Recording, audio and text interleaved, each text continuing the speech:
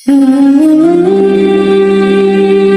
Bantakiah dalam kenangan 24 tahun lalu lebih kurang ditembak secara brutal bersama puluhan santrinya.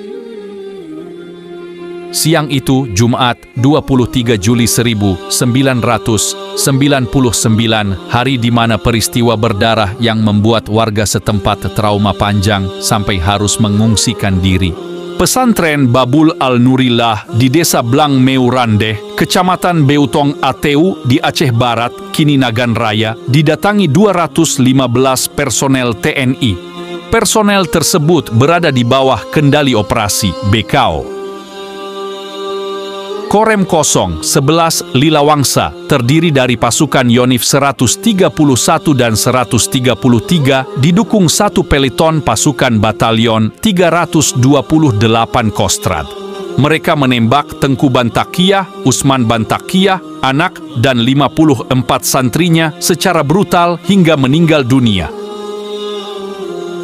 Tengku Bantakiah dituding melindungi sekaligus membantu menyimpan alat logistik persenjataan Gerakan Aceh Merdeka (GAM).